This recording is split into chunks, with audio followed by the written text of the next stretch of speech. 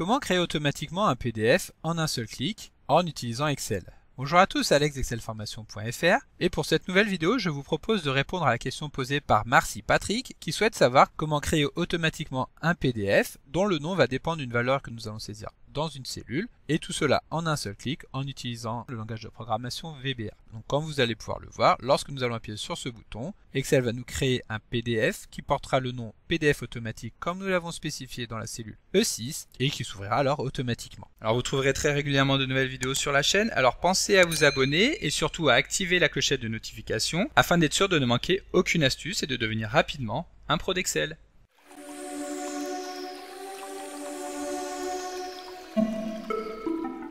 Alors comme d'habitude, si vous voulez être sûr de bien comprendre tout ce que nous allons voir dans le cadre de cette vidéo, vous pouvez télécharger le support de secours ainsi que son corrigé en suivant le lien que vous trouverez dans la description de la vidéo, ce qui vous permettra de réaliser les opérations en même temps que moi pour bien comprendre toutes les notions que nous allons aborder dans cette vidéo. Alors rappelez-vous, dans une vidéo précédente sortie il y a déjà quelques mois, nous avons eu l'occasion de découvrir les différentes méthodes qui permettent de transformer rapidement une feuille de calcul en un fichier PDF. Alors la méthode dite classique consistait alors à utiliser le menu Fichier, puis à cliquer sur Exporter et ensuite de cliquer sur le bouton Créer un PDF. À ce moment-là, Excel nous ouvre une fenêtre qui nous permet de spécifier le nom que nous voulons donner au fichier et de sélectionner l'endroit où nous voulons l'enregistrer. Nous avons également une option importante ici qui permet de spécifier si nous souhaitons ou non que le fichier PDF soit affiché automatiquement lorsque celui-ci sera créé. Pour effectuer un test, il suffit ensuite de cliquer sur Publier. Excel va mouliner pour nous générer le fichier PDF et lorsque cela est fait, il va automatiquement nous l'afficher à l'écran.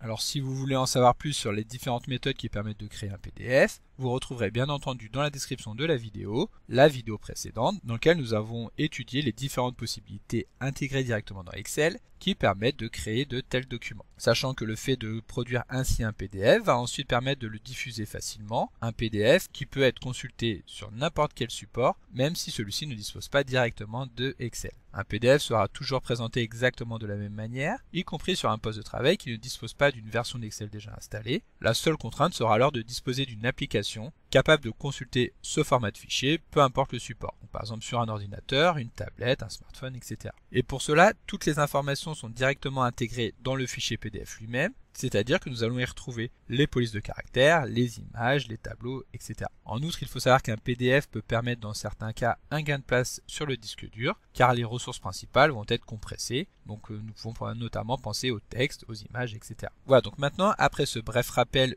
du fonctionnement des PDF, découvrons comment créer un PDF encore plus rapidement en créant une mini macro toute simple en VBA. Et bien entendu, pour que ce tutoriel soit compréhensible pour tous, nous allons revenir dans le détail sur chacun des points que nous allons aborder. Mais si vous souhaitez aller plus loin dans la découverte de ce langage de programmation, je vous invite à suivre la formation Apprendre le VBA qui est disponible gratuitement sur le blog excelformation.fr. Et d'ailleurs, pour que les choses soient encore plus simples, nous allons même demander à Excel de créer la macro commande à notre place, ce qui nous évitera d'avoir à créer les premières lignes de code. Mais en premier lieu, sachez que pour pouvoir insérer une macro dans un fichier Excel, il va être nécessaire que celui-ci soit enregistré sous le format XLSM, comme nous l'avons ici dans notre exemple. Et pour pouvoir utiliser ce type de format de fichier, il suffit de se rendre dans le menu Fichier, Enregistrer sous et de choisir dans la liste des formats disponibles le format XLSM. Alors maintenant, avant même de créer la macro commande, nous allons créer un petit bouton qui sera présent sur la feuille de calcul et qui permettra ensuite de créer le PDF en un seul clic. Pour cela, nous nous rendons dans le menu Insertion et nous avons plusieurs possibilités qui s'offrent à nous pour créer le bouton. Nous allons choisir la plus simple qui consiste à insérer directement une zone de texte. Nous cliquons sur le bouton correspondant, nous dessinons la forme du bouton que nous voulons donner et nous tapons un titre, par exemple créer le PDF. Lorsque nous avons fini de taper notre texte, nous pouvons mettre en forme le bouton. Donc par exemple en centrant le texte que ce soit verticalement ou horizontalement et en modifiant directement le style appliqué sur le bouton à partir du menu mise en forme. Donc ici par exemple nous allons créer un bouton bleu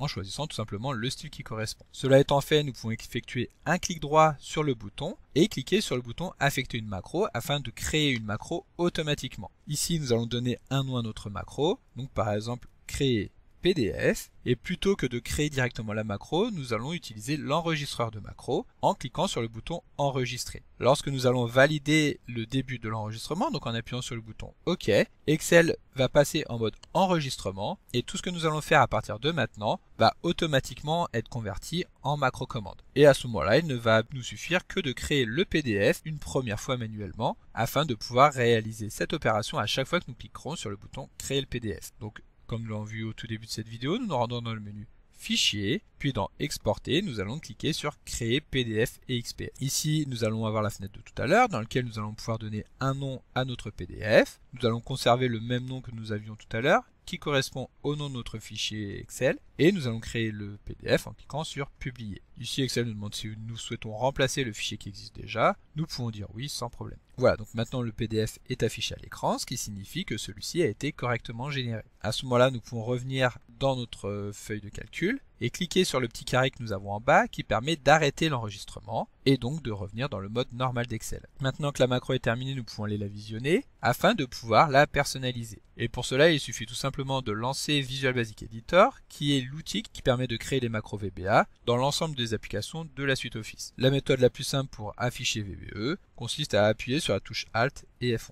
Une fois que VBE est ouvert, nous allons retrouver notre macro commande en utilisant l'explorateur de projet que nous avons ici, dans lequel se trouve un répertoire qui porte le nom de module. Nous double-cliquons sur celui-ci pour l'ouvrir et nous double-cliquons ensuite sur le module 1 qui est le module dans lequel Excel a créé notre macro qui porte le nom de créer PDF. Comme vous pouvez le constater, celle-ci est très simple et n'est composée que d'une seule instruction, même si celle-ci est sur plusieurs lignes afin d'en améliorer la lisibilité. Cette macro va consister uniquement à appeler la procédure Export as Fixed Format de l'objet ActiveSheet, c'est-à-dire de la feuille de calcul active. Donc cette procédure est constituée d'un certain nombre d'arguments que nous allons maintenant détailler. Tout d'abord, nous allons retrouver l'argument type qui permet de spécifier quel type de fichier nous souhaitons générer, donc soit un PDF classique comme c'est le cas ici en utilisant la valeur XL type PDF, soit en créant un fichier XPS qui est un équivalent du PDF mais propre à Microsoft. Ensuite nous allons retrouver FileName qui permet de venir saisir le chemin d'accès complet au fichier que nous souhaitons créer et qui va être rendu sous la forme d'une chaîne de caractères entre guillemets. Donc ici, nous retrouvons tout d'abord l'accès au répertoire dans lequel nous enregistrons le fichier et ensuite le nom que nous voulons donner au fichier qui se termine bien entendu par l'extension PDF. Ensuite, nous avons l'argument quality qui permet de définir le niveau de qualité que nous souhaitons appliquer sur le fichier. Donc soit la qualité standard comme c'est le cas ici, soit la qualité minimale qui va permettre de gagner un petit peu d'espace sur le disque. Ensuite, nous allons retrouver l'argument Include Doc Properties qui permet de venir dupliquer les propriétés du document Excel directement dans le document PDF. Il s'agit des propriétés dans lesquelles nous allons retrouver par exemple le nom et le prénom de la personne qui a créé le document. Ensuite, nous allons avoir l'argument Inner Print Areas qui permet de ne pas tenir compte de la zone d'impression qui est définie sur la feuille de calcul. Et donc, lorsque cet argument sera égal à true, c'est-à-dire que nous souhaitons ignorer les zones d'impression, alors tout le contenu de la feuille de calcul sera imprimé sans se soucier de savoir si nous avons défini une mise en forme particulière. Et enfin, le dernier argument que nous avons, donc Open After Publish, permet de spécifier si nous souhaitons ou non que le fichier PDF soit ouvert automatiquement lorsque celui-ci sera généré. Ici, nous allons donc conserver les paramètres par défaut de chacun de ces arguments, à l'exception de l'argument FileName. Nous allons en effet souhaiter que le nom du fichier inséré soit renseigné directement par l'utilisateur dans une cellule que nous allons trouver sur notre feuille de calcul. Nous allons donc créer deux variables dans la macro, une variable que nous allons appeler mon dossier dans laquelle nous allons stocker le chemin d'accès du fichier PDF en faisant attention que ce dossier doit exister sur le poste de travail sous peine de générer une erreur VBA. La seconde variable s'appellera mon fichier et dans celle-ci nous allons stocker tout simplement le nom du fichier PDF qui devra se terminer par extension PDF. Ces deux variables seront bien entendu typées en tant que string,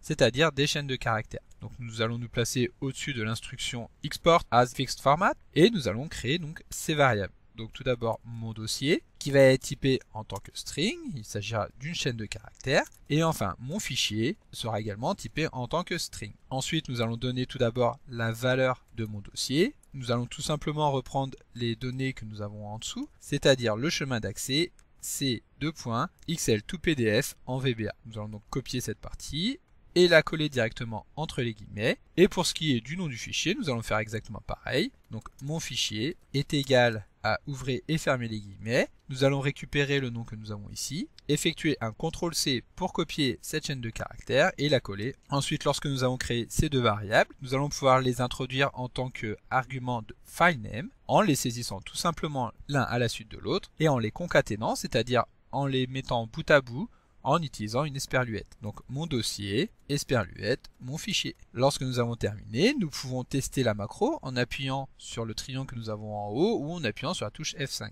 Ici, en apparence, il ne va rien se passer, mais Excel va quand même nous afficher un PDF qui va nous signifier que effectivement la création a bien fonctionné. Nous pouvons maintenant revenir dans notre feuille de calcul. Nous allons saisir le nom que nous voulons donner à notre fichier, par exemple ici dans la cellule E6. Donc nous allons l'appeler par exemple mon pdf.pdf. Nous allons valider et nous allons revenir dans notre macro VBA pour modifier la valeur de mon fichier. Ici, nous n'allons plus saisir directement la valeur en tant que chaîne de caractères, mais nous allons récupérer la valeur contenue dans la cellule E6 en utilisant directement le raccourci qui permet de récupérer cette valeur. Nous lançons à nouveau la macro, Excel va encore mouliner et comme vous pouvez le voir maintenant le fichier qui a été créé automatiquement par Excel porte le nom de mon PDF. Il suffira alors de venir tout simplement modifier la valeur de cette cellule pour que le nom du PDF s'adapte en fonction de ce que nous allons venir saisir. Et donc maintenant, il suffira alors de venir modifier la valeur de cette cellule, donc par exemple mon pdf2.pdf et de cliquer sur le bouton